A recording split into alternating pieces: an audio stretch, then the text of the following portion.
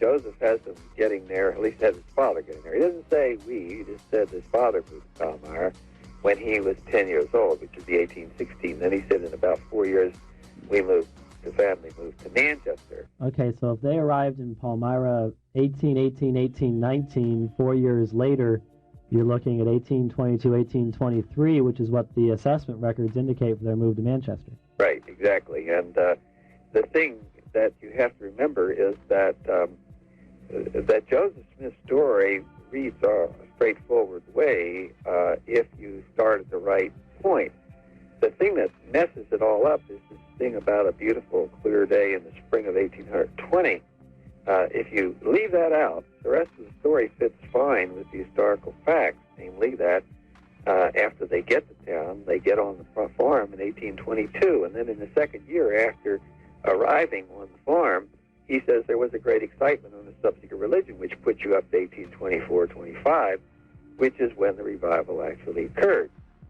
So all the evidence is completely consistent with each other, but it does havoc to Joseph Smith's first vision story. Mm-hmm. What it looks like is that Joseph decided to make up a story that's going to really wow everybody of seeing the Father and the Son, and he's going to drop that into an historical context where it doesn't fit.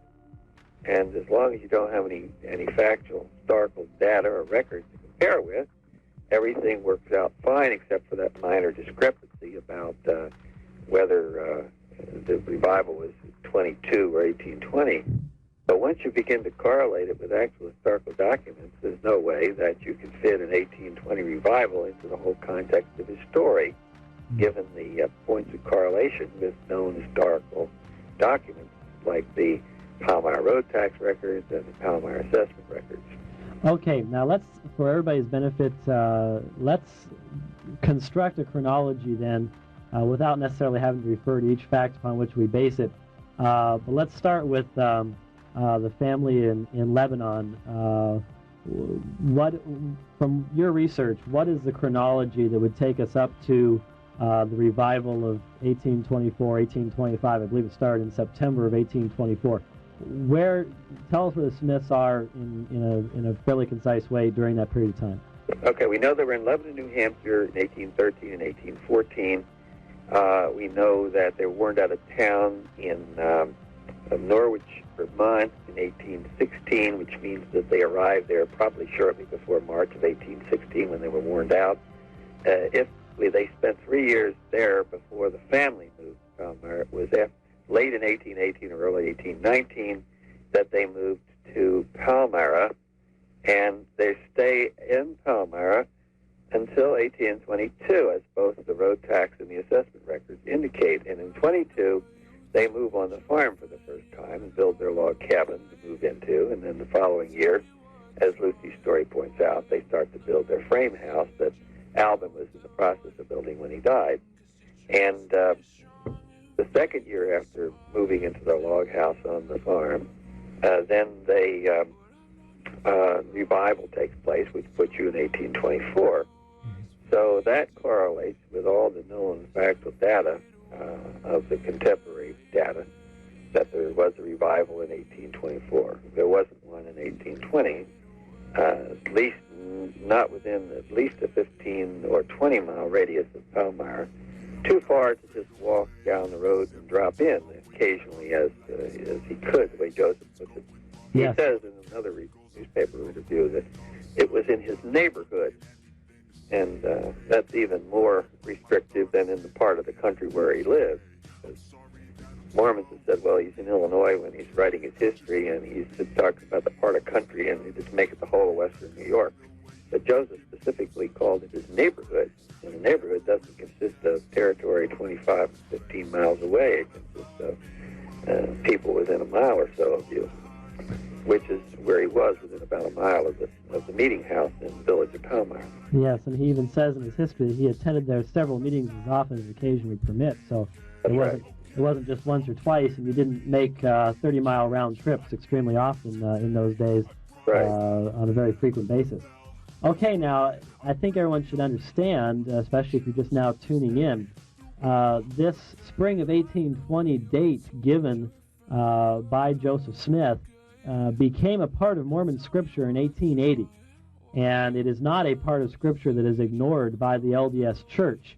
You can, for example, watch the missionary films, the missionary film strips, read the testimony of Joseph Smith, which is, of course, one of the first things the LDS missionaries are going to talk to you about, and it is part and parcel of their entire message. In the spring of 1820, these two beings appeared to Joseph Smith in this vision in that beautiful clear day in the sacred grove there in upstate New York. So we're not talking here about something that is easily dispensable from the Mormon position. That's correct.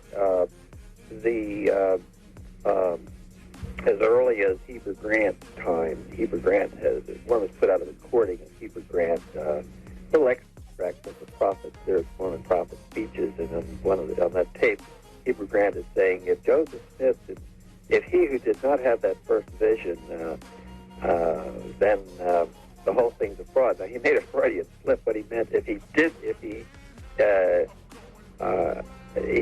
mean to say if he did not have that first vision.